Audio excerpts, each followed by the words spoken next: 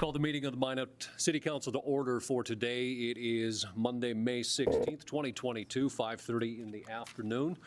Appreciate everyone being here. If you would go ahead and put your electronic devices on silent or on vibrate, we'll try to keep the distractions down to a minimum this afternoon. Roll call, please. Evans. Here. Janser. Here. Olson. Here. Pittner. Here. Pajagula. Here. Ross. Here. Sitma. Here. Number 2 is Pledge of Allegiance. I pledge allegiance to the flag of the United States of America and to the republic for which it stands, one nation, under God, indivisible, with liberty and justice for all. Number 3 on our agenda this afternoon is the mayor's reports. I do have a couple of different proclamations for this afternoon.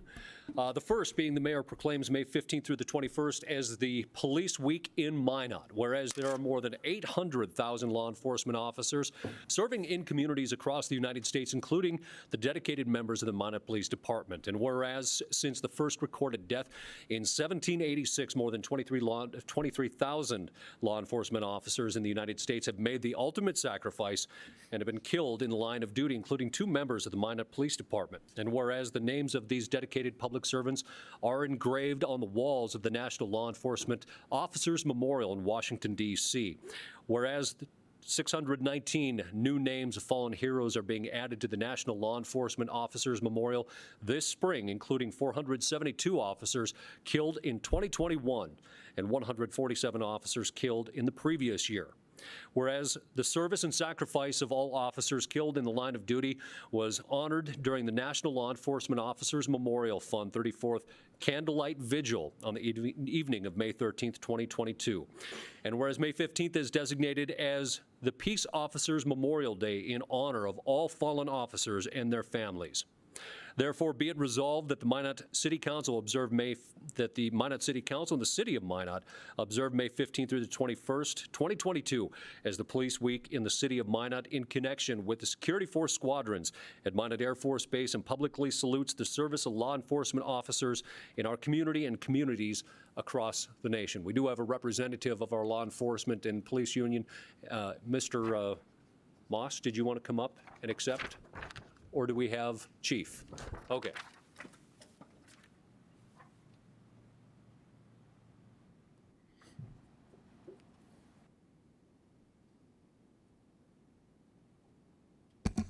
Chief, we do, as within the proclamation, absolutely admire and honor the sacrifice and the dedication of all of the police officers, and a small token of our appreciation. Thank you, sir. Thank you.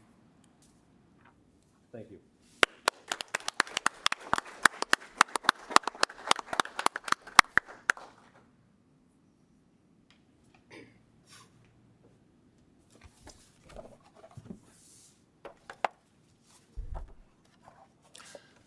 All right, the next 2 proclamations are going to be read jointly, and I think you'll know why.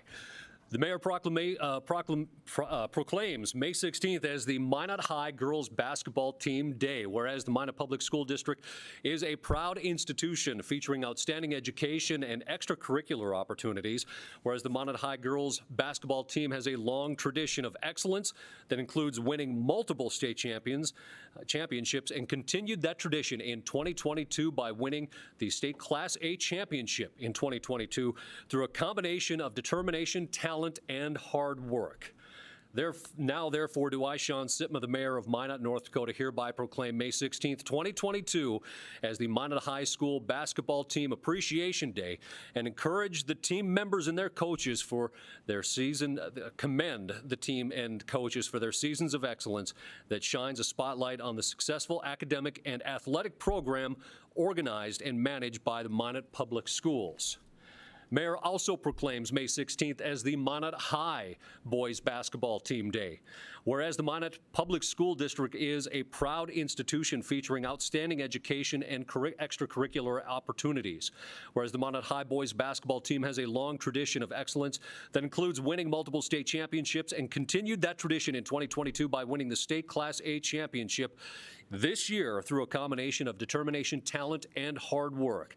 Now, therefore, do I, Sean Sitman, the mayor of Minot, North Dakota, hereby proclaim May 16th, 2022 as Minot High School Boys Basketball Team Appreciation Day, and encourage all Minot residents to celebrate the Magicians' 2022 State Class A Championship and recognize the team members and coaches for their season of excellence that shines a spotlight on the successful academic and athletic programs organized and managed by the Minot Public Schools. So if I could have the council come around, we'd like to grab some pictures with our champions. Got 6.5 hours left. We're going to bring you right up here. If you would. Go, Timmy. Nobody said anything about cameras, right?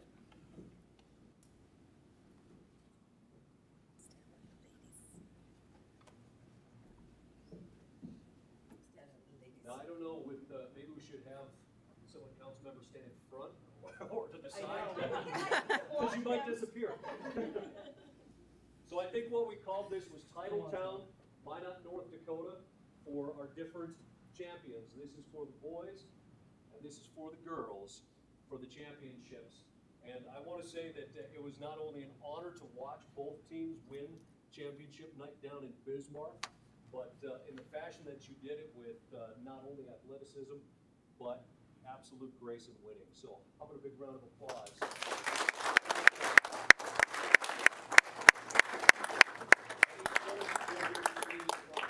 With your own, with all of the names, so that you can certainly keep that for your own posterity, and in the future you can look back hopefully proudly and admire all the hard work that went into it. So thank you. Oh, with pictures, I'm sorry.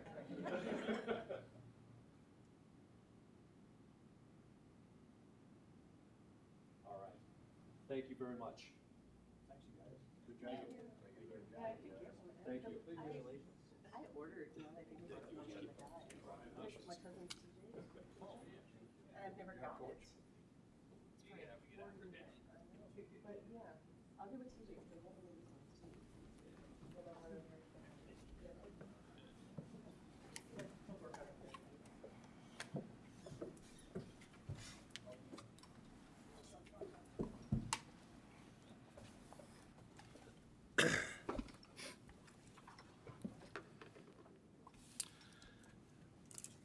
The only other item that I do have for the mayor's report is we do have Boy Scout Troop 425 here tonight as well, going for their merit badge, and I'm looking around to see, oh, right up front here.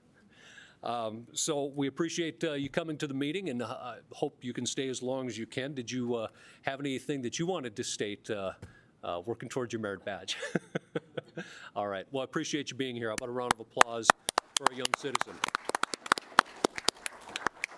That ends my mayor's report. Mr. City Manager. Mayor, council, a lot of the things that we've been working on over the last couple of weeks are either addressed in the memo or on the agenda for council discussion and action tonight. So to keep it brief, unless the council has any questions, I don't have anything further to report this evening. Thank you, Mr. City Manager. Any questions for Harold in his written report? All right. That takes us to Section 5. This is considered the report of the Planning Commission. We had 5 different items. 4 of those are public hearings. We'll start with 5.1. This is a public hearing on request on the application from Josh Walski, representing Dennis and Liz Walski, Reserve Life Estate, for a zoning map amendment from M2 Heavy Industrial District to CBD, the Central Business District. In addition, the request includes a future land use map amendment from the industrial downtown mixed use. The purpose of this application is to facilitate reuse of the property towards the use of such as retail, office, restaurant, or other allowable use within the CBD Central Business District. District. The legal description of the property is Lot 9, Block 2, Ramstead, 2nd Edition. The property address is 313 East Central Avenue. The recommendations to the City Council is to approve the following alignment with the Planning Commission's recommendation. 1, an ordinance on first reading for a zoning map amendment from M2 Heavy Industrial District to CBD Central Business District. 2, the resolution 3769 to amend the future land use map for the subject properties from industrial to downtown mixed use. Again, this is public hearing for anyone to come forward and speak either in favor, in opposition, or neutral to the recommendations from the Planning Commission to the council. Again, this is the opportunity for anyone to come forward and speak either in favor, in opposition. Seeing none, what are the wishes of council? Mr. Alderman Janser. Thank you, Mr. Mayor. I move we close the public hearing and approve the item. Motion to close the public hearing and approve the item, a second from Alderman Janser, second by Alderman Pittner. Any discussion from the council on the motion? Any discussion from the council?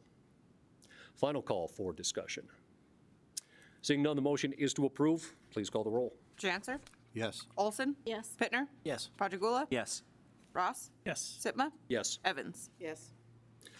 Motion is approved. 5.2 is another public hearing. Public hearing request on an application from Harold Stewart, the city manager, on behalf of the city of Minot for a zoning map amendment from R3C Townhouse Residential District, which is R3C, to an R2 two-family residential district. The land development ordinance of the city of Minot adopted April 15, 2021 no longer permits twin homes to be constructed with the R3C. The purpose of this request is to bring the existing twin homes properties into the legal conforming status and to allow the remaining undeveloped lots to be built with twin homes. The legal description for the properties is Lot 2A through 13B, Block 6, Lot 20A through 30B, Block 5, and lots 35A through 37B, Blocks 3, Stonebridge Farms, 4th Edition, to the city of Minot, North Dakota. The property addresses are as follows: 3106 through 3153 8th Street Northeast, and 90, 92, 94, 96, 98, and 100 Mulberry Loop. The recommendations to the council was to approve an ordinance on first reading for a zoning map amendment from R3C Townhouse Residential District to R2 two-family residential district in alignment with Planning Commission's recommendations. Again, this is a public hearing for anyone to come forward and speak either in favor, in opposition, or neutral to the recommendation before us. One more call for comment. Seeing none, what are the wishes of council? Alderman Pittner. Mayor, I move that we close the public hearing and approve the item with recommendations from staff. Motion by Alderman Pittner to close the public hearing and approve the recommendations by staff. Is there a second? Second. Second by Alderwoman Olson. Any discussion on the motion to approve? Any discussion on the motion to approve? Final call for discussion. Seeing none, the motion is to approve. Please call the roll. Pittner, Yes. Patigula. Yes. Ross, Yes. Sitma, Yes. Evans, Yes. Janser, Yes. Olson. Yes. Motion is approved. 5.3 is a public hearing, land development ordinance text amendment.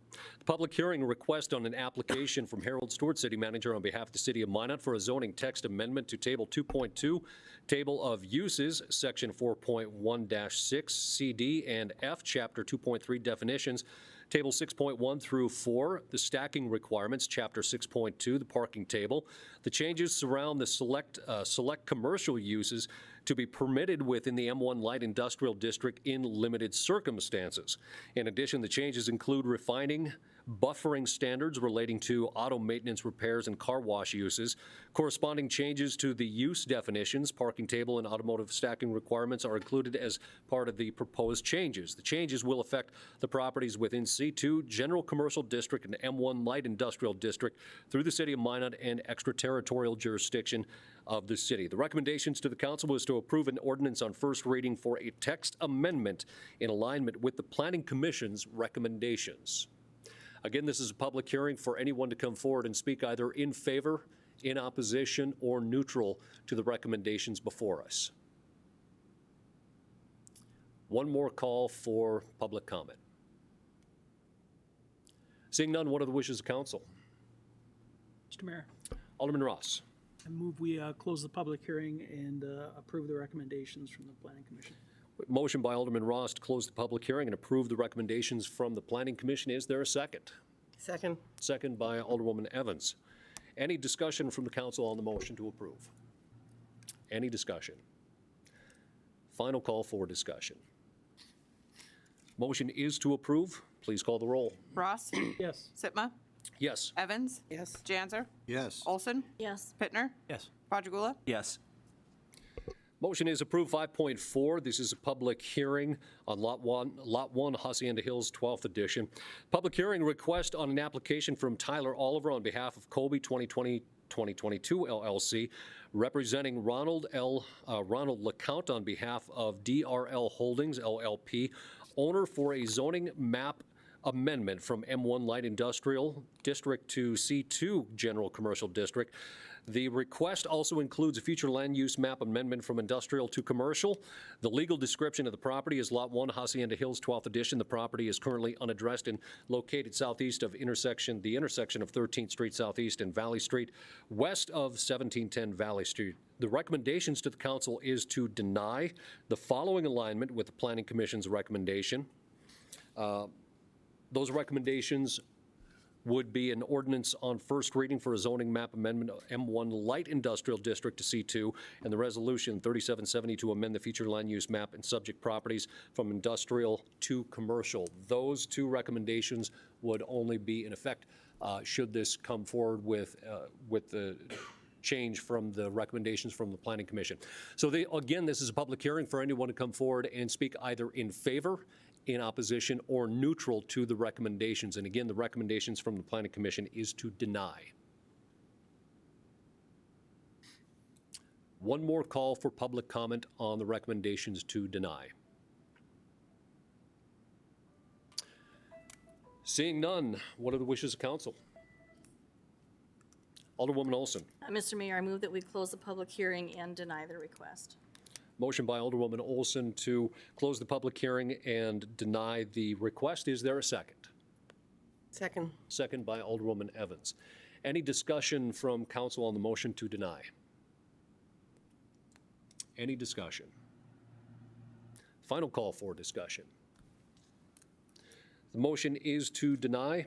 Please call the roll. Olson? Yes. Pittner? Yes. Padragula? Yes. Ross? Yes. Sitma? Yes. Evans? Yes. Janser? Yes. Motion to deny is approved. 5.5 is the major subdivision preliminary plat, Mallard Substation subdivision. The recommendation to the City Council was to approve the major subdivision preliminary plat for Mallard Substation subdivision in alignment with the Planning Commission's recommendations. What are the wishes of council? Move approval. Motion by Alderwoman Olson to approve. Is there a second? Second. Second by Alderman Pittner. Any discussion on the motion to approve? Any discussion on the motion? Final call for discussion. Seeing none, the motion is to approve. Please call the roll. Olson? Yes. Pittner? Yes. Padragula? Yes. Ross? Yes. Sitma? Yes. Evans? Yes. Janser? Yes. Motion is approved. Our next item is item 6. This is the Renaissance Zone. A public hearing, Renaissance Zone Conditional Approval Project M-100, also known as Spectrum Fitness. Michael and Rochelle Sion, representing Spectrum Fitness, are requesting conditional approval of a Renaissance Zone application for an expansion to a building located at 1915 North Broadway. The recommendations to the council is the Renaissance Zone Review Board recommends the grant conditional approval of the Renaissance Zone case M-100 for a 5-year property tax exemption, including improvements, and for a state income tax exemption. Again, this is a public hearing for anyone to come forward and speak either in favor, in opposition, or neutral to the recommendations to the council. One more call for public comment. Seeing none, what are the wishes of council? Make a motion to close the public hearing and approve conditional approval of the Renaissance Zone. Motion is to close the public hearing and approve the conditional approval. Second. Second by Alderman Pittner. Any discussion on the motion? Any discussion on the motion? Final call for discussion. Motion is to approve. Please call the roll. Evans? Yes. Janser? Yes. Olson? Yes. Pittner? Yes. Padragula? Yes. Ross? Yes. Sitma? Yes. Motion is approved. That is the end of Section 6. Section 7 is the consent items. We had 13 different items on our agenda. 7.2.4 has been requested to be pulled right along with 7.12. Are there any other items that need to be pulled for individual discussion? I would look to the audience. If there are any, please raise your hand and let me know. Otherwise, they will be passed with the recommendations of staff. Are there any other items from council that need to be pulled for individual discussion? With that, what are the wishes of council? Move approval on remaining items. Motion by Alderman Pittner to approve all remaining items with the exception of 7.2.4 and 7.12. Is there a second? Second by Alderman Ross. Any discussion on the motion? Alderman Patagula. Actually, it was 7.13 that I wanted held, not .12. 7.13, I looked at the motion maker, Alderman Pittner. Yes, it's fine. Does the second agree? Yes. Okay. Any discussion on the motion to approve all items except for 7.2.4 and 7.13? Final call for discussion. Motion is to approve all remaining items. Please call the roll. Pittner, Yes. Padragula, Yes. Ross, Yes. Sitma, Yes. Evans. Yes. Janser, Yes. Olson. Yes. Motion is approved. 7.2.4 under the ordinances considered for second reading. Ordinance is 5740, Chapter 28, the streets, the sidewalks, and public grounds. Move that. Motion by Alderman Patagula to approve. Is there a second? Second by Alderman Janser. Alderman Patagula. Thank you. I wanted to explain why I'm changing my vote on this. When it came up for first reading, I had some concerns regarding citizens' rights, and I've since been in correspondence with the city attorney, who has provided me a very nice analysis of what the ordinance says and what the intent is, and I feel much more comfortable with those protections. Basically, they had to do with citizens needing to get a permit for processions and open-air meetings, and I wanted to be sure that the city wasn't squelching people's right to dissent and right to present their grievances to government in a peaceful fashion. And the way that, again, it was explained to me by the city attorney, I'm comfortable with that. I mean, we have to have some regulation in terms of public safety on gatherings, but I think we also need to prioritize people's constitutional rights, and I feel much more reassured by what I've heard and what I've read in detail. The only thing that's a little bit of a quirk here is that if a person is denied a parade permit, essentially, or an assembly permit by the city police chief, they have the right to appeal to the city manager, who has to have a hearing and renders a decision. There is no right subsequently to appeal to the city council, and that's kind of strange because some things there's an intermediate right of appeal to a city staff person or the manager. In some cases, it goes directly to the council. In some cases, there's not an appeal to the council. Sort of like with taxi cab licenses, the council gets a straight appeal, but for other things, it never comes to the council. So if the attorneys ever have some spare time, it might be good to look at that and make sure that the process is consistent, or that there's some rationale for a diverging process in terms of how many rights of appeal you have. Again, I'm not complaining or raising any concerns that other people have raised, but I think it's important that we assure citizens have ample rights to contest what their government does to them or for them, or does opposite to what they would like. But as it stands now, I'm very comfortable with this change in the ordinance. Any further discussion on the motion to approve? Final call for discussion. Motion is to approve. Please call the roll. Padragula, Yes. Ross, Yes. Sitma, Yes. Evans, Yes. Janser, Yes. Olson, Yes. Pittner. Yes. Motion is approved. That takes us to 7.12. This is the assignment of lease from Larry. I'm sorry, yes, 7.13. Thank you for that correction. The approval of the 2023 budget schedule. Move that. The Second. motion to approve by Alderman Patagula, second by Alderman Pittner. Discussion, the recommendations of the council was to approve the schedule for the preparation of the 2020 budget. Alderman Patagula, you had asked that this Yes, be pulled. I think it's important that the public be aware of what's going on here. This seems like a very innocuous item, approving a schedule for meetings, but I personally see it as being a very important item, and that's why I wanted to bring it up.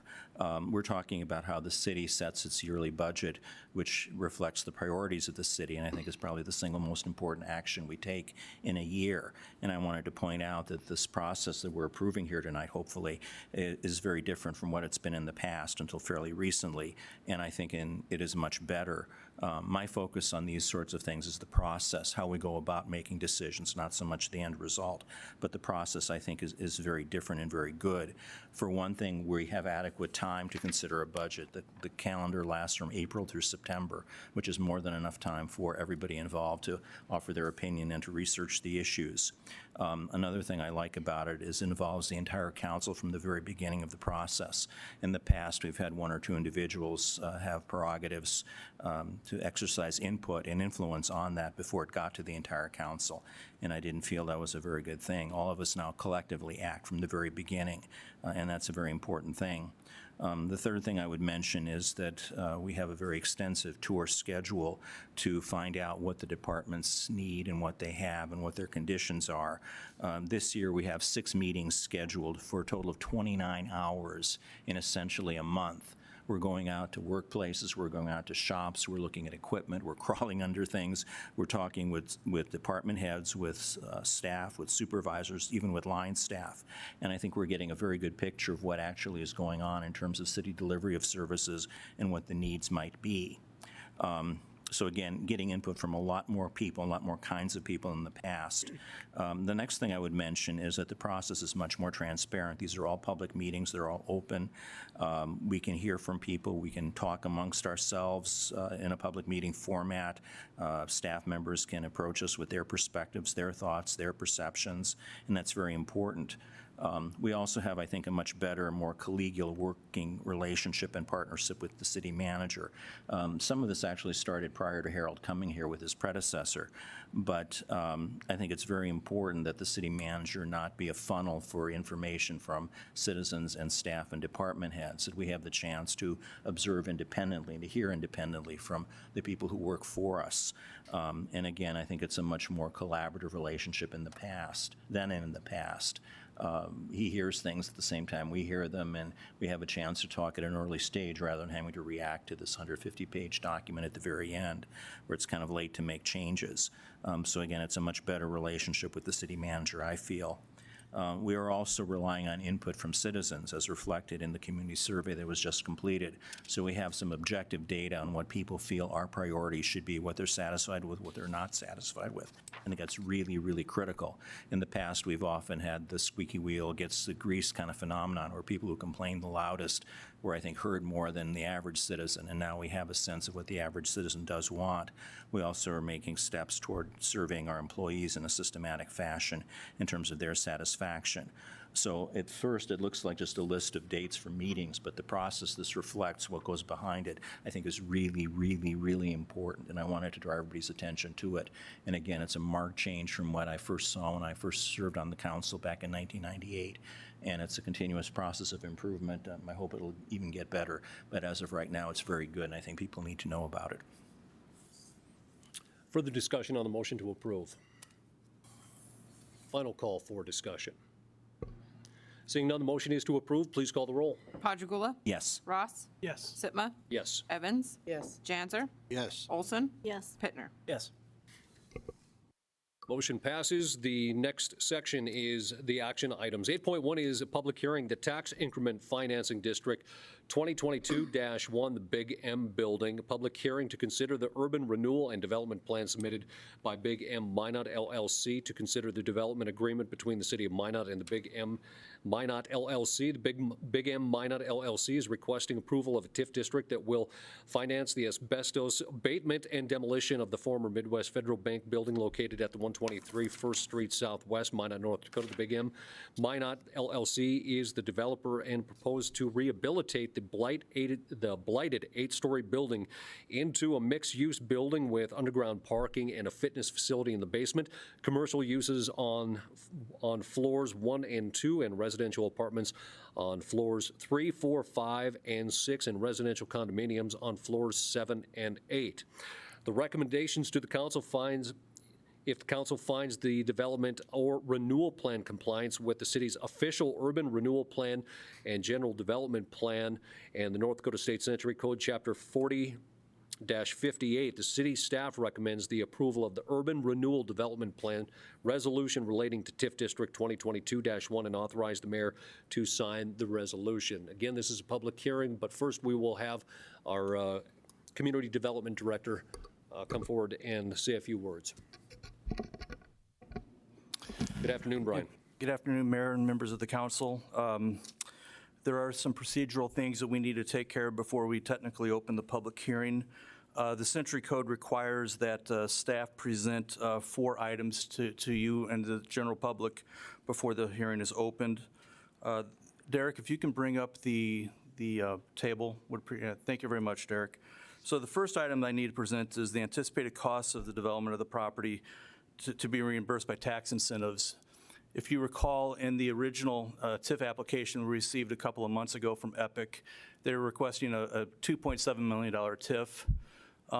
As you all are aware, the Ward County has decided not to participate in the TIF, but they are wanted to negotiate, and we had a meeting 2 weeks ago where there was a negotiating session.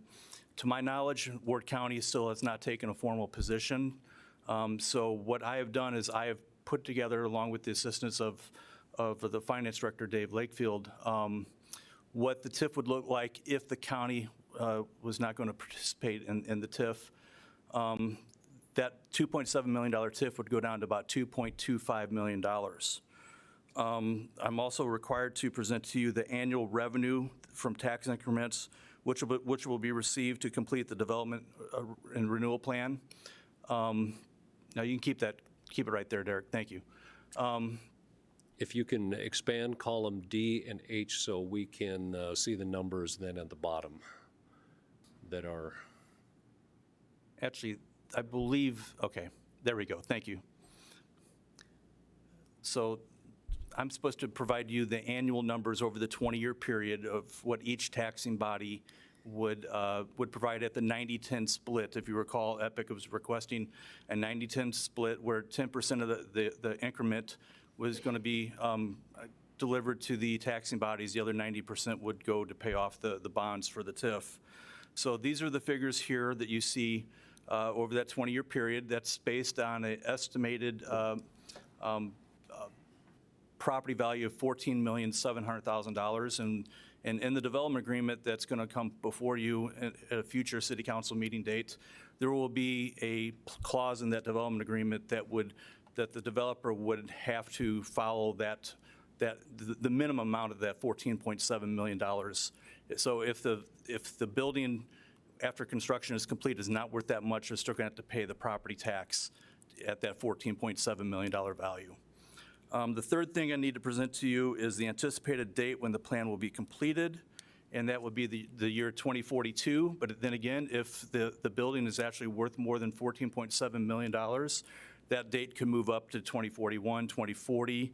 So the goal is to make the building as valuable as possible, to pay off the TIF as quickly as possible. And then the fourth item is the estimate of dollars annually attributable to the levies from each taxing entity, which will be credited to the tax increment fund. And again, those are the levies that would be attributed at the 90-10 rate that Epic is offering to the city. What you'll see in the 2022 numbers is that is the baseline. That is the current level that property is paying property taxes at. And then in 2023, we're presuming that the project will be complete by the end of 2023, and it'll go fully on the tax rolls at that point, up to $176,000 a year total between those taxing bodies right there. The state does get one mil of increment. Also, to let the council know, this public hearing we notified the 31 competitors to this project. Those competitors were business owners, property owners that owned buildings that had commercial properties on the first floor or second floor, and then residential properties on the floors above the commercial.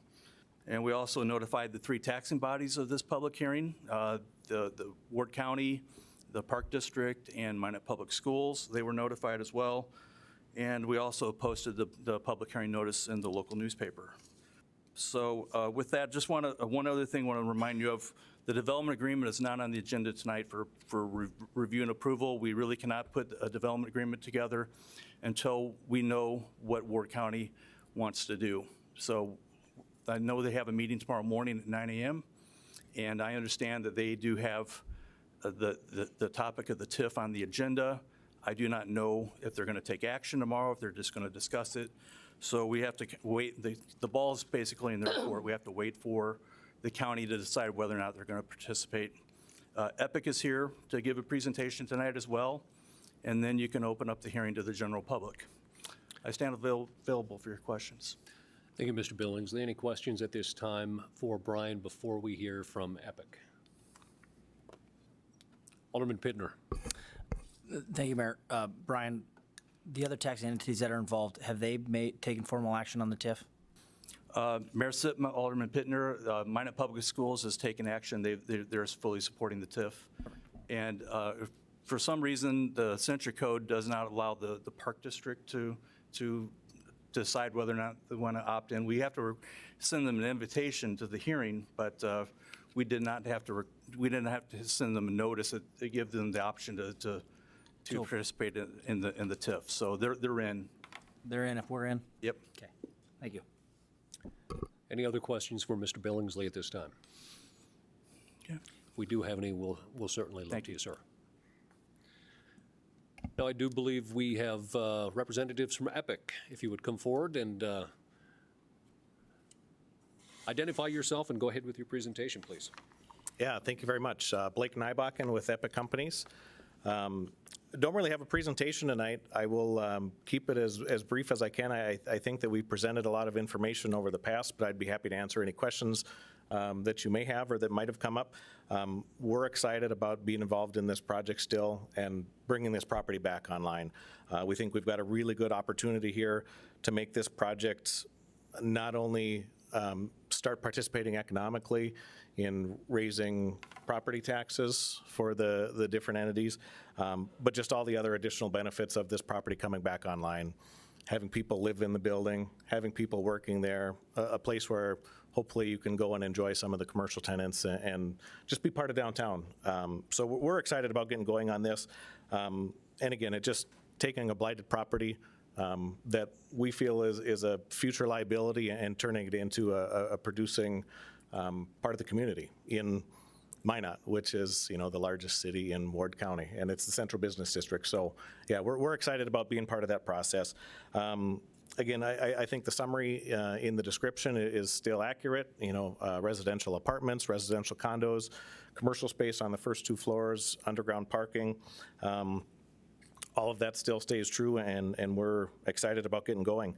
And like Mr. Billingsley mentioned, you know, in light of some recent discussions, we are looking forward to the county hopefully reconsidering their participation in the TIF district and taking action on that tomorrow. And I would say that would get us to the finish line, but I think what it really does is lets us get out of the starting blocks.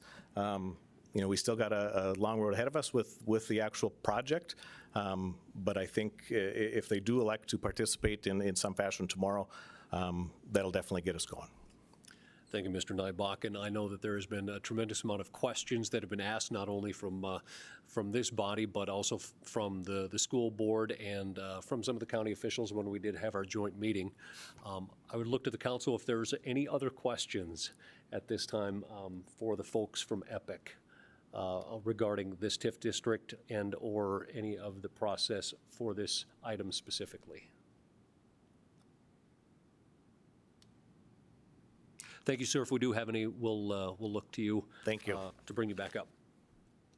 So with that, this is a public hearing for anyone to come forward and speak either in favor, in opposition, or neutral to the project that is before us.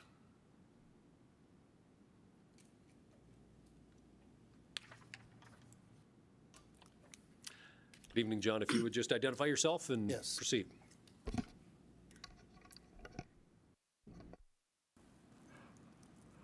There you go.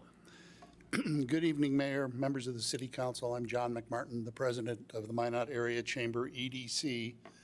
I'm here tonight because you see me a lot talking about economic development and economic development projects. There are limited tools that we have to take advantage of. The one you've seen us take most advantage of, or the couple of them that you have been obviously the Magic Fund, some PACE loans, whether it was a revolving loan fund through Souris Basin or a PACE loan directly with the Bank of North Dakota. those are important, but one of the tools that's been missing has been the tax increment financing. And the Chamber EDC Board has taken two positions: one, to unanimously support the Big M TIF request that is before you, and secondly, to vociferously support the use of TIFs in Minot for economic development. The Big M project has been something that people have talked about since they started vacating it in the early 90s, as to how are we going to use the building. We've got a local company, North Dakota, with local Minot residents that own and operate that company, wanting to do something for our downtown, and we think that's very, very important. I think sometimes lost in the chatter when you talk about tax increment is people do get lost and aren't sure what's going on. A small amount of money has been paid in taxes. I believe the total tax bill was about $9,000.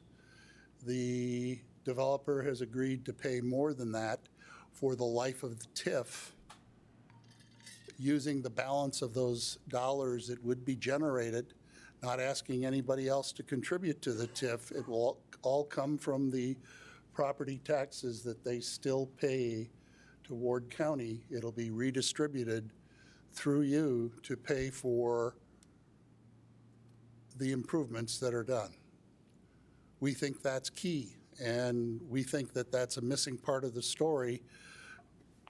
Epic has done a very good job at telling it to those of us that are willing to sit down and listen and look at it, but I think that's lost, and I hope whoever's out there listening tonight stops and thinks about that.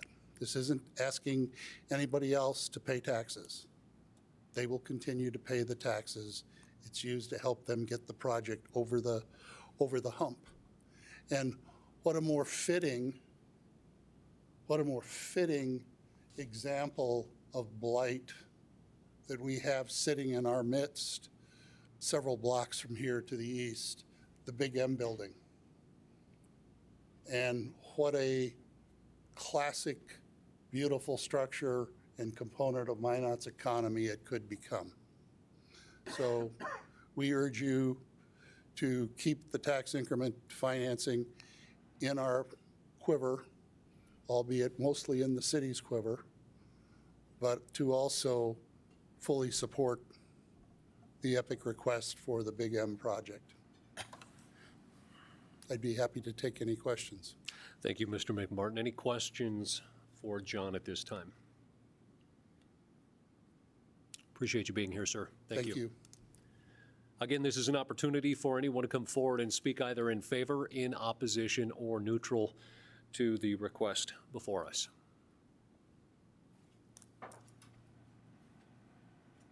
Good afternoon. Evening Good now, afternoon. I guess it is. Becca Kramer. I am soon to be stepping into a role that John knows well with the Minot Area Chamber EDC. And just want to mirror the comments. The Board of Directors took a resolution of support to use TIFs as an economic development tool for our community. On top of that, it is critical that we send a message out to developers that Minot is a community that you want to invest in, and it is open for business. We have a blight property that has been sitting vacant, and we have somebody willing to invest in it. We appreciate the work that the city is doing as far as to continue to move this forward. One of my priorities in stepping into the role is to really make sure that Minot is known as a place that people want to do business at.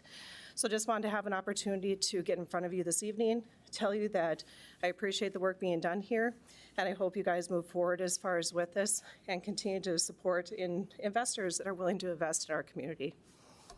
Happy to answer any questions, but just wanted to add a brief comment. Thank you, Ms. Kramer. Any questions for Becca? Thank you. Thank you. Again, this is an opportunity for any public comment for the proposal that is before us, either in favor, in opposition, or neutral.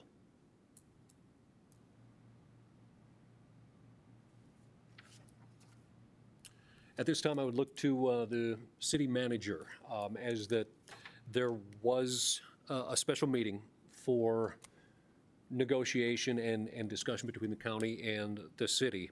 I believe we should have a few comments from you before we look for a motion. Yes, thank you, Mr. Mayor, councilmen, councilwomen. Just in response to that, Alderman Pittner asked a question earlier whether the other tax entities had taken action, and Community Development Director Mr. Billingsley responded correctly that the school district has responded in unanimous support of participating. Parks Department, even though that they hadn't been required to take official action, based off of my conversations with their director, are also supportive of this going forward. And then we also had communications with the county commission. We started with a meeting and a presentation, I believe, in April, in an effort to provide an update on the project, what it meant, help answer some questions. At that meeting, they had made a motion for potential approval at the next county commission meeting. And then that county commission meeting happened mid-late April. And then they sent the following letter, which was in accordance with state law as outlined. I'd like to read the letter here very quickly. It says, Dear Mr. Stewart, this letter serves as a formal notice to the city of Minot and Epic Companies.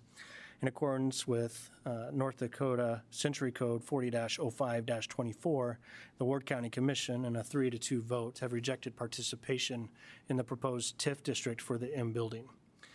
Reasons given for the rejection are as follows. The county hasn't been involved in the negotiation process and would like the option to have discussions with the parties involved prior to agreeing to participate. Second, there may be better options for financing that may or may not involve public financial assistance. And third, concern the TIF time period was too long. A motion passed to schedule a meeting between the city, Epic Companies, and the Ward County Commission to begin negotiations regarding the M building project and how to move forward. If you have any questions, please feel free to contact us. And this letter was signed and provided to me by Ms. Marissa Heyman, the Ward County Auditor Treasurer, who was directed by the county commissioners to send this communication. The point on this is that since this time, the city and Epic has made significant efforts to communicate with the county commission and answer their questions. We also held a special joint meeting between the city council and the county commissioners on May 2nd in response to this letter of communication with the intent to talk about negotiations, in other words, any terms that the county commission would be willing to consider with regards to the project. At that meeting, it was communicated to the city council and city staff that at that point the county commission didn't feel like they had enough information to make a decision to negotiate, and that included receiving a report from PFM, which is a consulting company that the city has used to do analysis on this project to make sure that, one, the numbers and assumptions used to calculate the potential TIF impacts were accurate and realistic, and secondly, that the TIF was necessary to make the project work. In other words, this isn't just a money grab by developers to try and make more profit off the backs of the taxpayer, but in fact that this project would not happen without the use of TIF. City staff received that report from PFM early last week. That was shared with the county commissioners directly, as well as the school board. It's also attached in the packet this evening, so any of the public is welcome to read and view that information and that data analysis. We also provided to the county commission and the school board draft copies of the development agreement, as well as the minimum assessment agreement, which is currently under review by legal counsel retained by the city, being Dorsey Whitney. We're still waiting for their feedback on that. And again, as Mr. Billingsley pointed out earlier, the challenge there is it's kind of hard for the city to determine what the next steps are going forward as far as scheduling public hearings and writing a development agreement when it changes significantly whether or not the county is participating or not.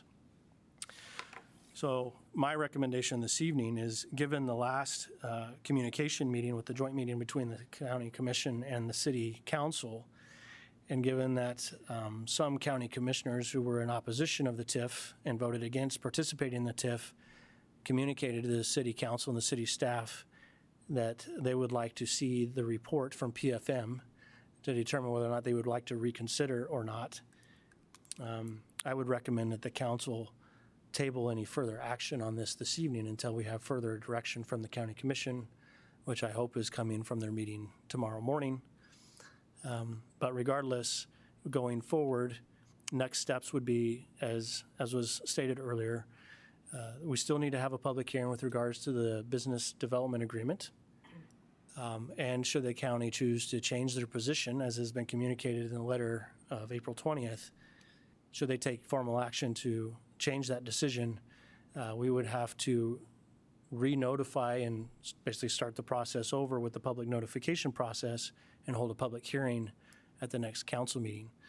So I would look for direction from the council of potentially tabling any action on this until June 6th, when we have further clarification from the position of the county commission on whether they're going to hold true their position that was communicated to the city through the April 20th letter, or whether tomorrow or some meeting between now and June 6th that the Ward County Commissioners take action to change their decision, which can then be calculated into the creation of the TIF district, as well as the development agreement, depending on what circumstances are amenable to them should that occur. I'd be happy to answer any questions of the council at this time with regards to next steps in the process, or even potentially any questions with regards to the report from PFM. Any questions prior to a motion? Alderman Patagula. Yes, actually, there's been some concern raised in this particular case by one of the county commissioners to me that this is unfair competition with other developers. And this county commissioner in particular said that several other developers or business people had approached him and said this was unfair. I know that Brian has contacted 31 other developers. Has anyone said it's unfair? Has anyone protested? Has anyone said this gives this particular developer an undue advantage over any other developer? Mr. City Manager. Mr. Mayor, Alderman Padragula, I guess that's a matter of perspective and opinion, in my opinion. This is a building that has sat vacant for 20 years. I think 20 years is ample time for any developer to come forward. I think secondly is TIF is a tool that is provided to local governments through state statute. So it's open to anyone. So any developer that comes in is going to do a project that qualifies for TIF as outlined in state statute would be available to do that. And I believe city staff would be willing to consider any TIF application by any developer that meets those criteria. TIF typically is for projects. We can take the in-building, for example. It's an existing facility. There's additional costs and risks that the developer has to take on. And most often in today's society, it's cheaper to build a new building than it is to rehab an existing building. Because, for example, the $2.7 million that was asked by Epic for this was pretty much primarily for the removal of asbestos, which was building materials back in the time period that was built. So that's an additional cost over and above the normal construction process, which inhibits redevelopment and reuse of that facility. So TIF is a tool that state governments throughout the country have provided to local governments to help bridge that gap. I think a lot of people look at TIF as a corporate handout, whereas from my opinion, what I look at is it's a public-private partnership. There's a community need that needs to be met, that needs to be invested in, that the cost of investment is too big for the private developer to bear, but the public has interest in seeing that development happen. The in-building is a historical landmark and a component of our community and our downtown. That's a major part of our skyline downtown that has been sitting vacant for 20 years. And the reason it's sat is because the costs associated with rehabbing the building. TIF is one tool that's been given to us by the state legislature to assist in those moments. And so I don't believe that this creates an unfair advantage. I think that this is a tool that is being used appropriately. I think the in-building is a case study 101 of TIF, of when it's needed and why it's needed.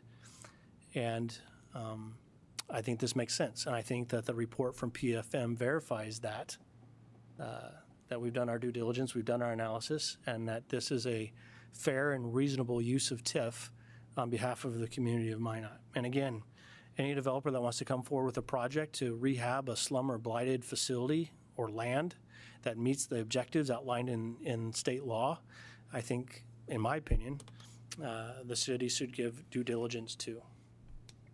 And I would also reference, Mr. City Manager, for anyone who is looking for information on clarifying on their opinion on being unfair, should read the North Dakota State Century Code, Chapter 40 through 58, which does outline all of those parameters on where TIF is applicable. Any other, Alderman Pittner, a question? Just a point of clarification as well, the Big M building was listed through the local MLS. I mean, every individual in the city of Minot in the country had the option to buy a listed property and do what Epic is doing. This wasn't a handshake deal or smoke-filled room. This was a property that was listed like a house, and they made an offer, and the seller accepted. So for it to be labeled as an unfair advantage or an unfair project, any other developer in the city of Minot could have done what they're doing and had the option. Other questions at this time for the city manager? Alderman Pittner. So if I understand this correctly, if we were to vote and approve the item tonight, and then the county were to approve it tomorrow, would opt in and change their course, this meeting that we've held tonight and this approval that we've given tonight would be null and void? Mr. City Manager. Mr. Mayor, Alderman Pittner, the council does have the option that you can move forward and approve tonight, but if the county chooses to participate and change their course, that would be a substantial change to the TIF agreement, because right now what we have presented to you tonight are numbers based off of the county not participating. And so therefore, instead of bonding $2.25 million, if the county were to choose to participate, which represented about, their share was about $450,000. So that would take us back to the $2.7 million that was originally applied for. I don't think it's a good idea for the city to move forward with a $2.7 million bond issue with only $2.2 million in revenue to pay for that over the next 20 years, which is why that's been scaled back. But if the county chose to allow their future property tax revenues off of this property tax payments to be recalculated back in, then in order to meet state statute and laws, we would have to come back, have another public hearing with the new numbers, with the county participation, and the council would have to take new action. So yes, if the council was to move forward and take action on that tonight and the county was to change their mind, you'd have to redo it. Alderman Janser. In light of what the city manager has stated, and given that the county commission needs to have their opportunity to meet tomorrow, regardless of what they decide to do, and then we'll know that outcome, I would move that we table this until our next meeting on June 6th. Motion by Alderman Janser. Is there a second? Second. Second by Alderwoman Olson. Are the parameters set for the table conducive with the language? I'm looking to our city attorney.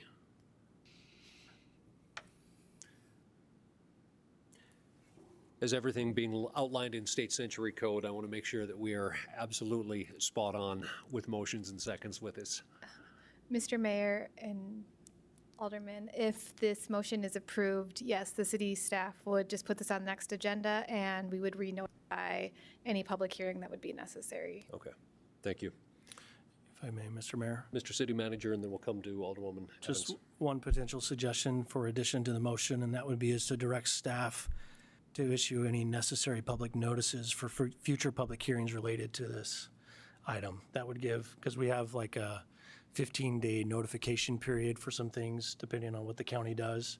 And so once we have a direction from the county on whether they're going to hold to their original directive or whether they change their mind, staff would then have the ability to, if that was included in the motion, we could make any necessary notices necessary to comply with state law in preparation for your next council meeting when this would be on the agenda. Motion maker, Mr. agree? Mayor, I'd be happy to add that to my motion if the second would agree.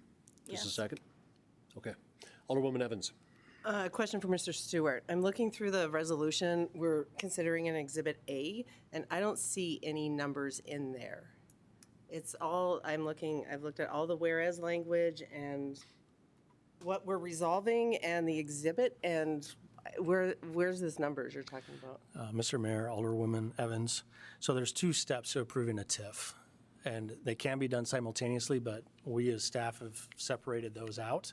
So the first one is you have to approve the TIF plan that creates the district. That is what you're having the public hearing on tonight.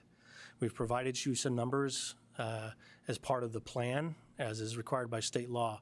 But a lot of those numbers and how that would be financed would actually be outlined in the business development agreement, which requires its own separate public hearing and action. And so those numbers would be provided at your next council meeting and public hearing with regards to the business development agreement. But tonight, it's the resolution in Exhibit A. I'll defer to Mr. Billingsley.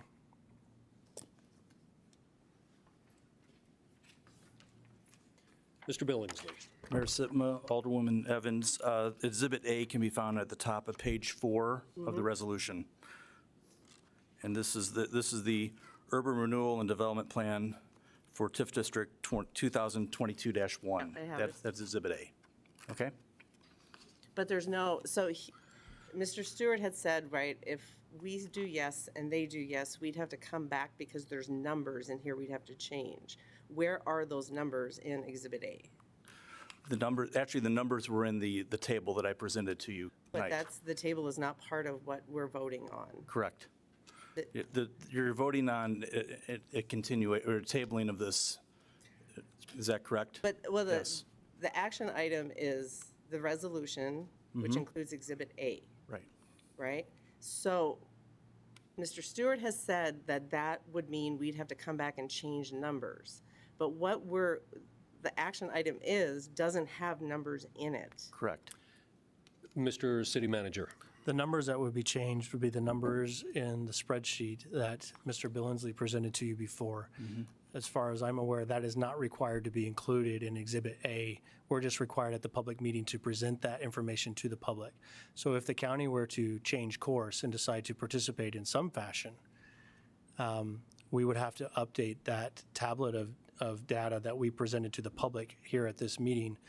So we'd have to have a public hearing again, represent that tabulation with those numbers that includes what that means year by year through the life of the TIF.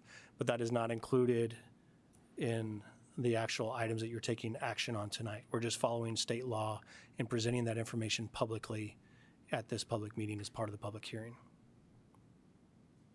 Okay, can I just ask one more clarifying question? Alderwoman Evans. So that would mean in 2 weeks from now, so if we approve tonight, in 2 weeks from now, we would just have to come and have Brian's spreadsheet updated for a public hearing. Correct, if the council or if the county commission chose to participate. Right, okay, If they didn't choose to participate, your public hearing today and the numbers that we provided would suffice. would meet the state law. Okay, thank you. I Yep. appreciate that. Alderman Pittner. Just to clarify questions, again, what is 15 days the required notice period? Or is it? Mr. City Manager. The 15-day notification period is the requirement to notify the competitors. We have to give them 15 days notification. That does not apply to the public notification in the newspaper of the holding of the public hearing. But by state law, we are required to give 15-day notice to any competitor of the project, which we did earlier. But again, if the county changes their mind and chooses to participate, we have to send that notification out again 15 days in advance. Further questions regarding the motion to table? Final call for questions on the motion to table. The motion is to table the item until the June 6th meeting. Please call the roll. Janzer, Yes. Olson, Yes. Pittner, No. Padragula, No. Ross, No. Sitma, Yes. Evans, No, Motion fails. I'd like to make a motion to approve the renewal plan and authorize the mayor to sign the resolution. Motion to approve the item. Second. Is there a second? Second by Alderman Pittner. Discussion on the motion to approve. Mr. Mayor, Alderman Pittner. I appreciate all of the information we've been given. I appreciate staff's hard work, EPIC, community partners coming in. even if we have to come back and do this again, I'm willing to come back and do it again. If we have to repost, if we have to do it, sounds like we're going to be in the same boat regardless if the county makes a motion tomorrow. Because I'm afraid of the message that it sends if we're going to stand by and wait. What message, like Ms. Kramer brought up, what message does it send to developers that look to invest in our community? And we have to understand, we're all privy to social media and the comments that we see and the polls that we see, and how people say, don't give them a tax break. Developers have enough incentives, enough this. This isn't a business developer incentive alone. This is a tool for communities. This is a tool for cities. This is a tool for counties to help investors make projects work, to make our community better, to move our community forward. We're talking about housing, commercial space, generating sales tax, removal of financial and health liabilities in the heart of our community. And again, we had a forum here the other night, and I pounded the table saying we need to be open for business and we need to use all the tools available at our disposal. And again, even if it gets to the county and hopefully tomorrow they change their course and get on board with it, and if we have to come back to the table, sounds like we're going to be at June 6th regardless with this on our agenda. So we'll make the necessary approvals. But again, I want a message sent from the city of Minot that we're open for business and we're looking to rally behind people that are willing to invest in our community and lift our community up, because this is a tool for us. This is a tool that is being used to take a blighted property that's been sitting there for 20 years vacant, dilapidating, debilitating, being nothing but a burden. And I tell you what, it's going to cost more to tear the thing down and create a parking lot that's not going to generate any property value, any sales tax, instead of what's being proposed here tonight. So I'm going to vote in favor of approving this because, again, I want the message sent that Minot is open for business, and we're a community that whether you're from here, born and raised, or whether you're from halfway across the country or the world, we're open for business. So thank you. I only have a couple of comments, and this is more on optics and perspective. We have the city manager and our community development director who've been in discussions with Epic, who are looking at this holistically and just advised us that the smart play is to table this until the county makes a decision. And why is that? As we had heard from the county that if the project doesn't work with TIF, then it shouldn't work, and they don't need to participate. So when we talk about the recommendations to table, there's some reasoning behind that it absolutely could only, I think, encourage those folks who don't want to participate in the TIF to only dig their heels in deeper. So I will support the issue to move forward, but I am acknowledging that the staff and Epic here had a reason to table this project tonight. Any other comment? Alderwoman Olson. Thank you, Mr. Mayor. And I would echo some of what you're saying.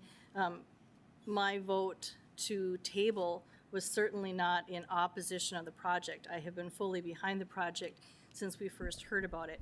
But I want to make sure that we're doing everything right. All the I's are dotted and all the T's are crossed. And again, at the recommendation of city staff, it was to hold until all of those details could be worked out and until we could give the county commissioners one last opportunity to participate in the TIF that has been presented. So again, I feel a little bit like our hand is being forced because I am in support of the project, but I wish it would have been done in the right order. Alderman Patagula. I want to basically explain why I voted against what the city manager and city staff recommended. I'm not sure that Epic recommended. I'm not sure they were part of that team, but I don't disagree with the city manager lightly, and I want to explain why I did that.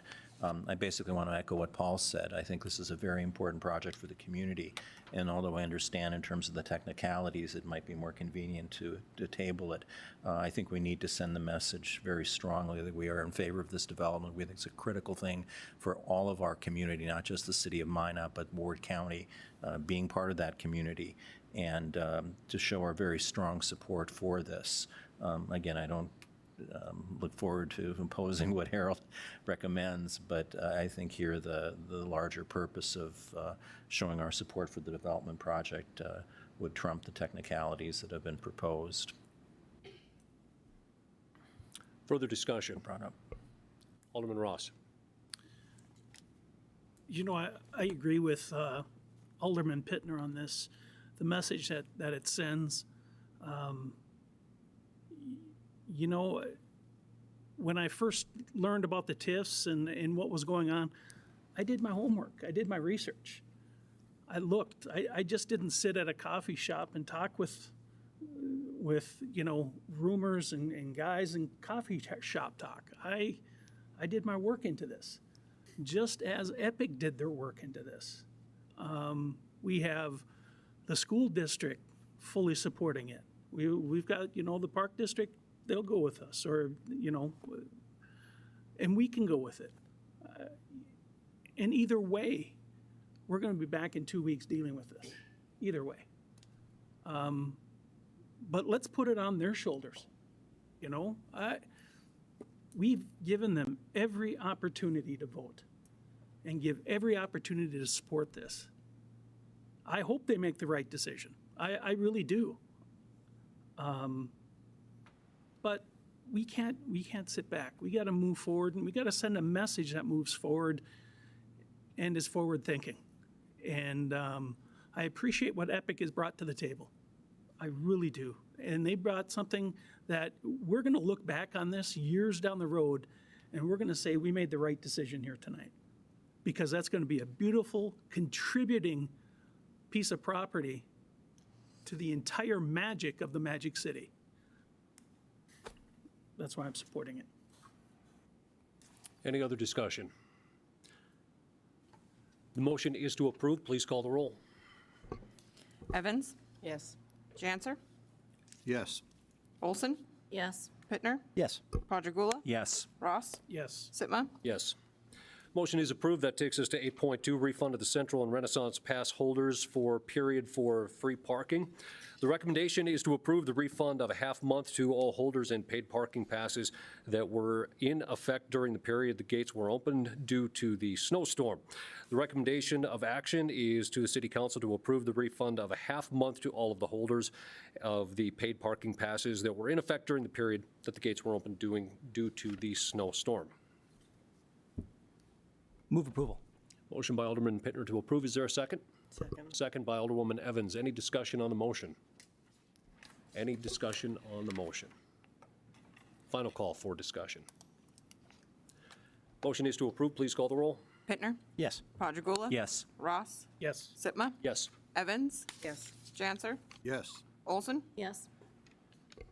Motion is approved. That takes us to 8.3, the bid acceptance and contract award for the front end loader. The project will replace the existing airport snow removal equipment that has reached the end of its useful life. Unit 311 is a 1977 Fiat Alice loader and is due for replacement. The equipment is antiquated and parts have become obsolete, making the machine unreliable and difficult and no longer cost-effective to repair. 3 recommendations to council is to authorize the city staff to accept the low bid of the RDO equipment for the wheel loader and associated attachments with the opening on the April 5th, 2022, pending federal and state grant awards.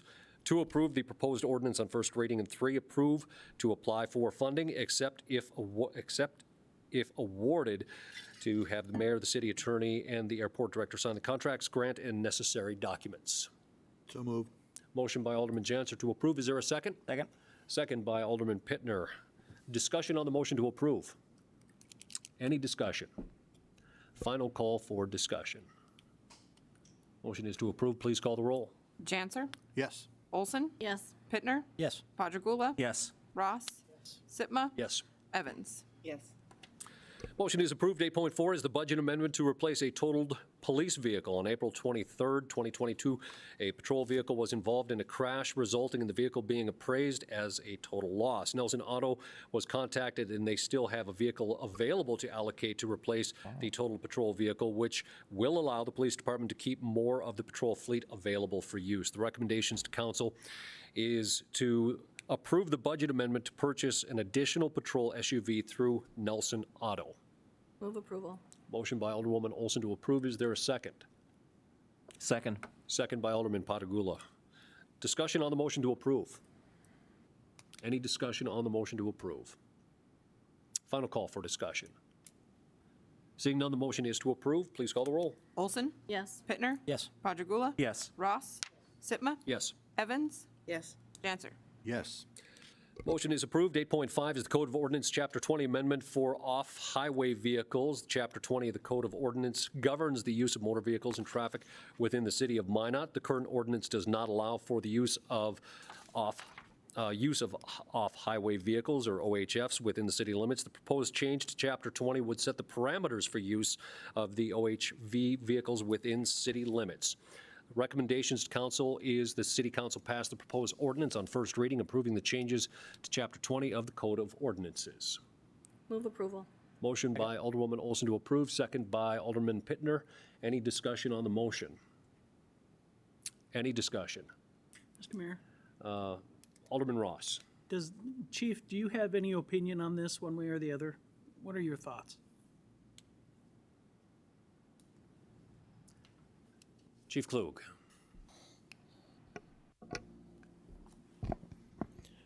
Good evening, Mayor, Alderman Ross. I worked with the other city staff to develop this ordinance, and I think the way it's written, it'll provide for basically the same limitations that a motor vehicle would have. They'll have all the equipment.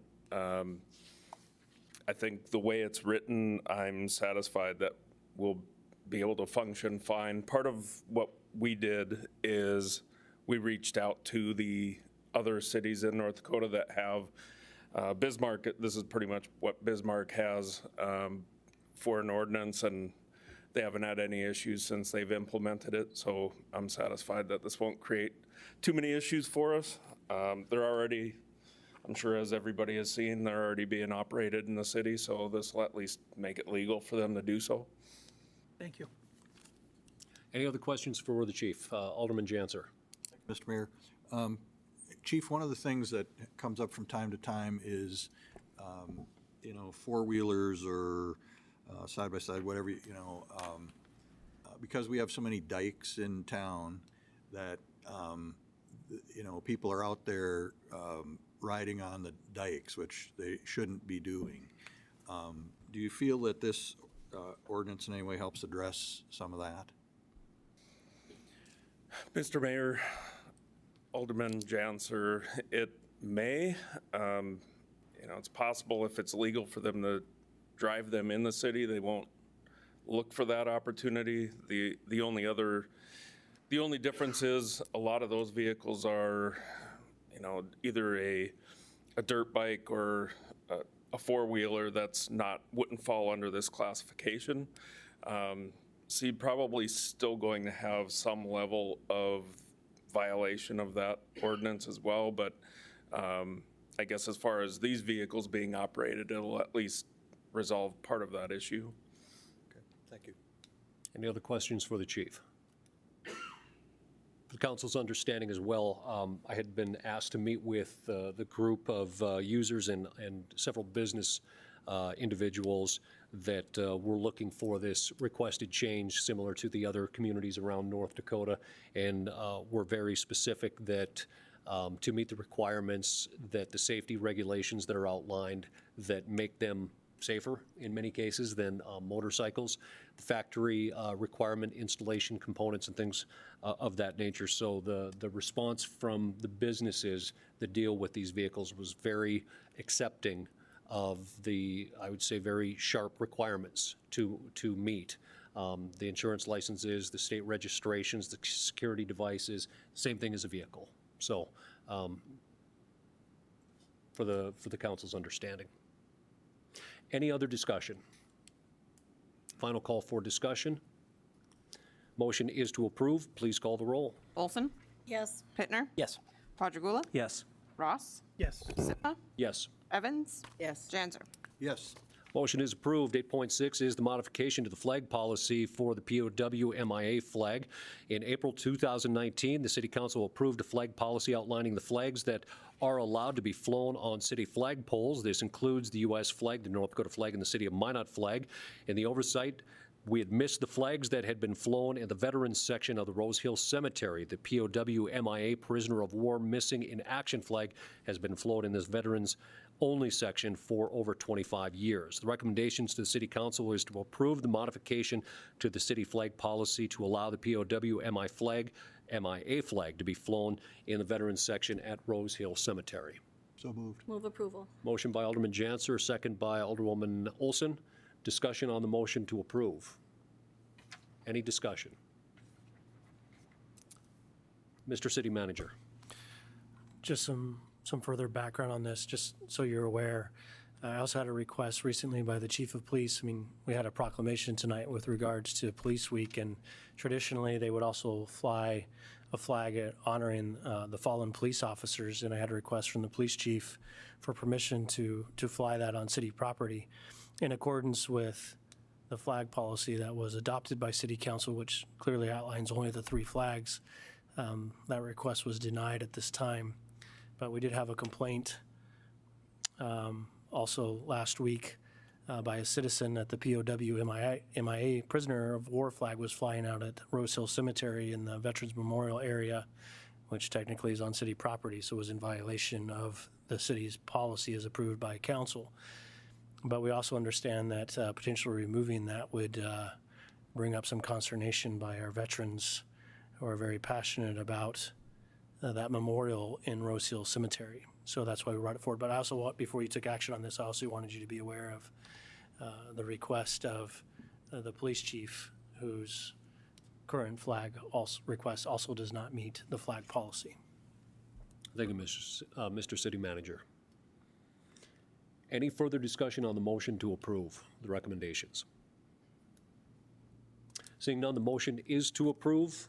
Please call the roll. Janser, Yes. Olson, Yes. Pittner, Yes. Padragula, Yes.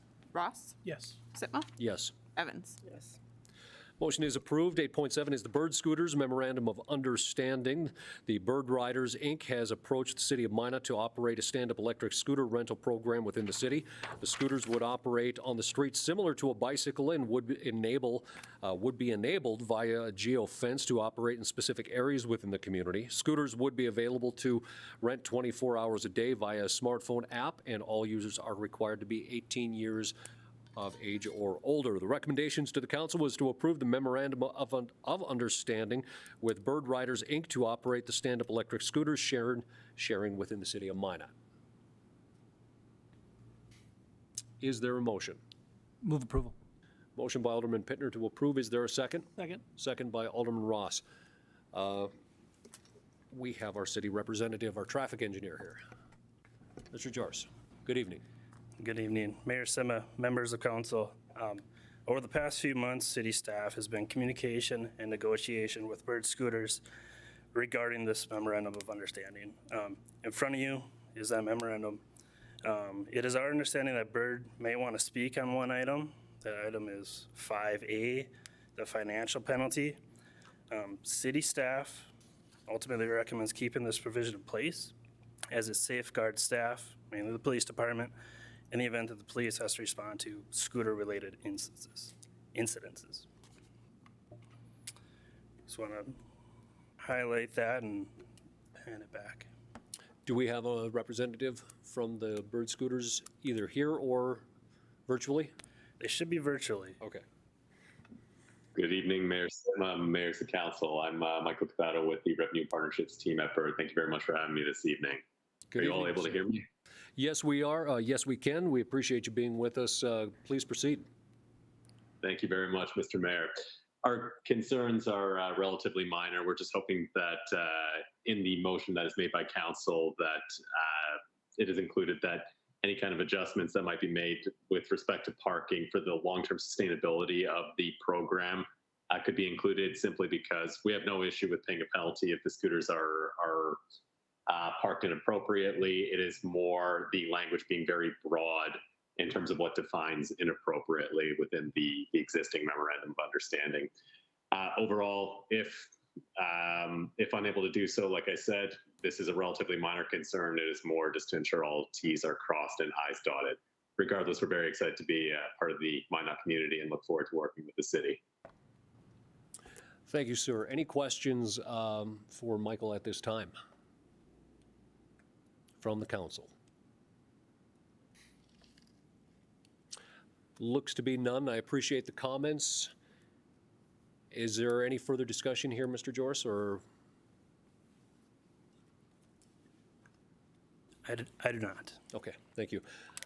We have a motion to approve and a second. Discussion from the council on the motion and or the request.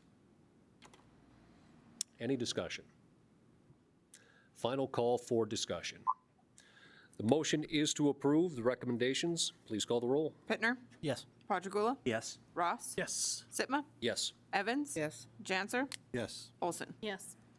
Motion is approved. That takes us to 8.8, the private hydrant ordinance change. The fire department until 2021 was tasked with flowing hydrants through the community. The public works and fire department worked together to create a more effective and efficient process. This process has the water department managing all of the city hydrants, and the fire departments took on the private hydrants. The fire department will ensure that the private hydrants within the community are maintained according to the International Fire Code, the IFC, and National Fire Protection Association, the NFPA, meeting the requirements of the Insurance Service Office, also known as ISO. The recommendations to the council is approve the following ordinance as written to allow the city to hire and assess costs back to the private hydrant owners for the maintenance and repairs needed annually. So move. Motion by Alderman Janser to approve, second by Alderman Pittner. Any discussion on the motion? Alderwoman Evans. I have a question. Clarification. How are you? So just to be clear, so what will happen is you guys will all send notices out first and give the private hydrant owners opportunity to comply. Correct. And then, what does that happen, 2 times? And then you guys would go in? Yes, we'll send a. If you would just tap the little gray button on the side there. It's on. Is it? Okay, it's just very quiet. Please, I apologize for interrupting. Yes, a letter will be sent out initially. If they do not get a response back from them, we'll send out a second letter. At the end of that second letter, that's when we'll take the action to get a contractor to do the private hydrant maintenance. Okay, so the owners won't, like, it will be on them, right? If they have failed to do what they could do on their own, then Correct. it would be fire, and then they would be assessed. There is a set of a guideline that we've established that they have to follow. Great, thank you. I just wanted to get that clarified. Appreciate it. Any other questions at this time? Alderman Janser. Maybe just more of a comment. You know, this issue has come up a couple of different times where you know, some condo owner association didn't even know they had a private hydrant. And then something happens where it needs to be used and the thing doesn't work. It's locked up or rusted up or whatever.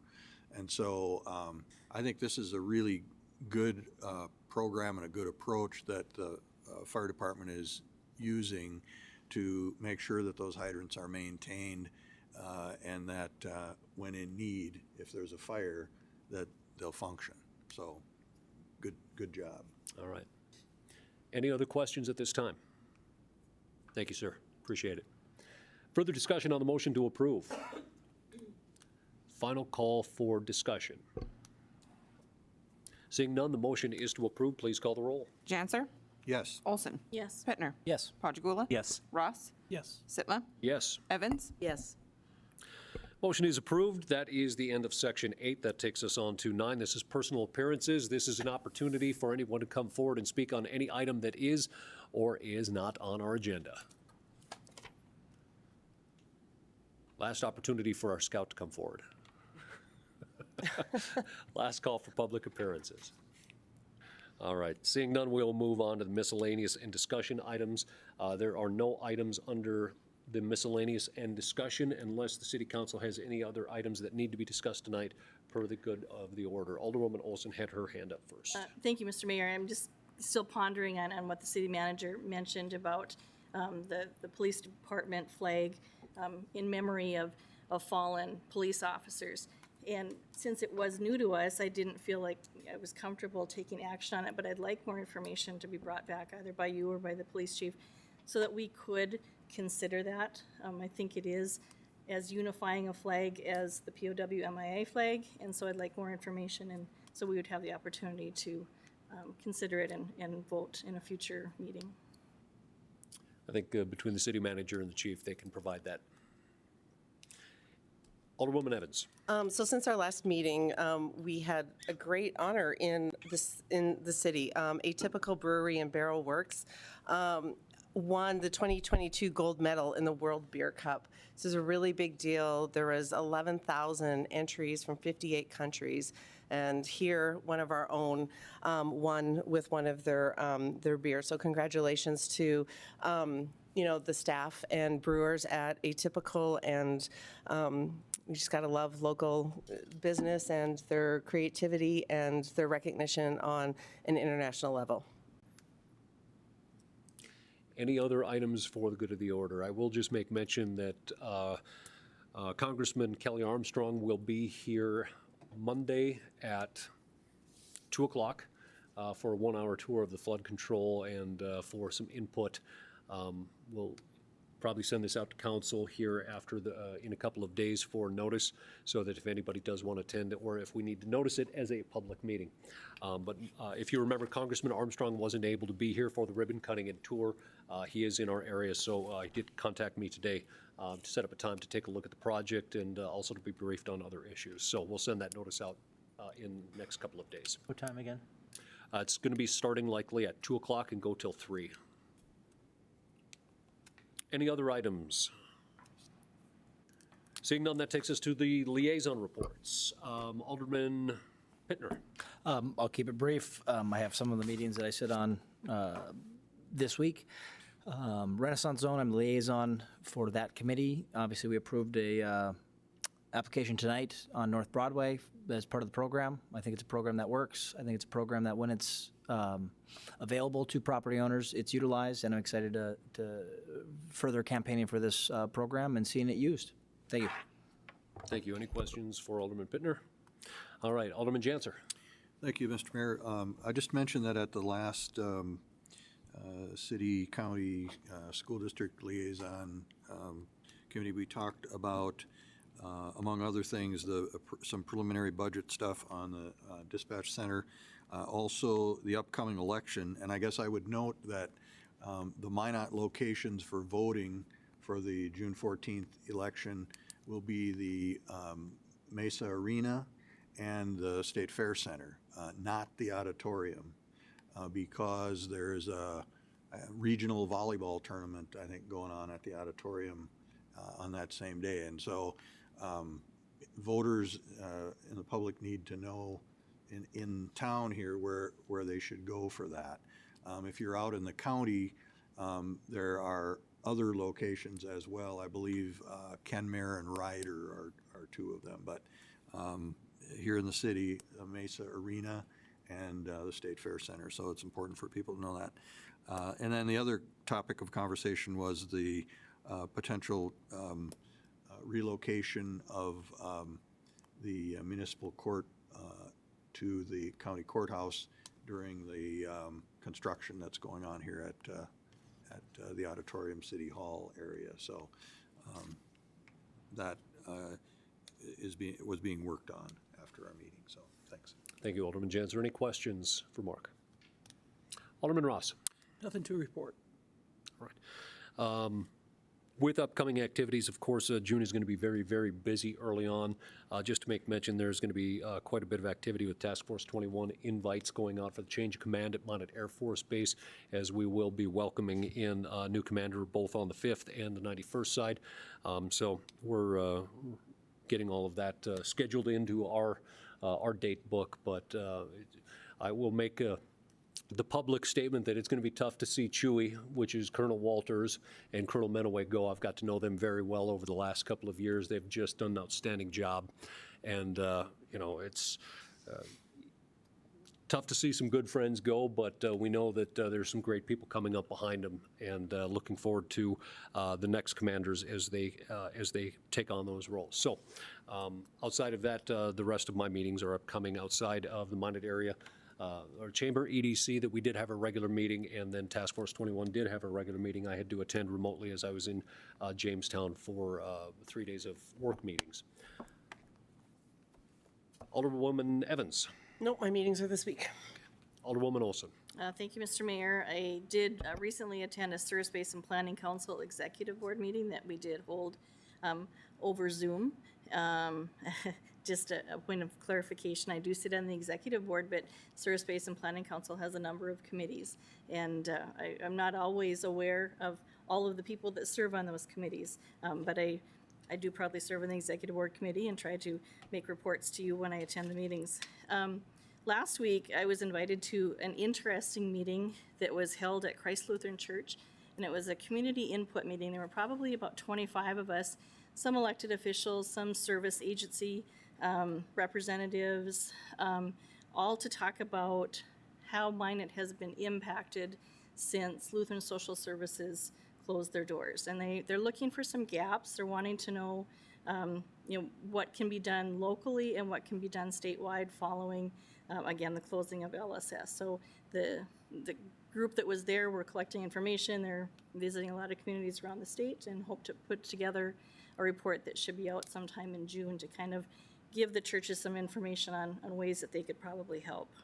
And then last but not least, I did attend, again, over Zoom, a Dakota College Dental Program Strategic Planning Task Force meeting.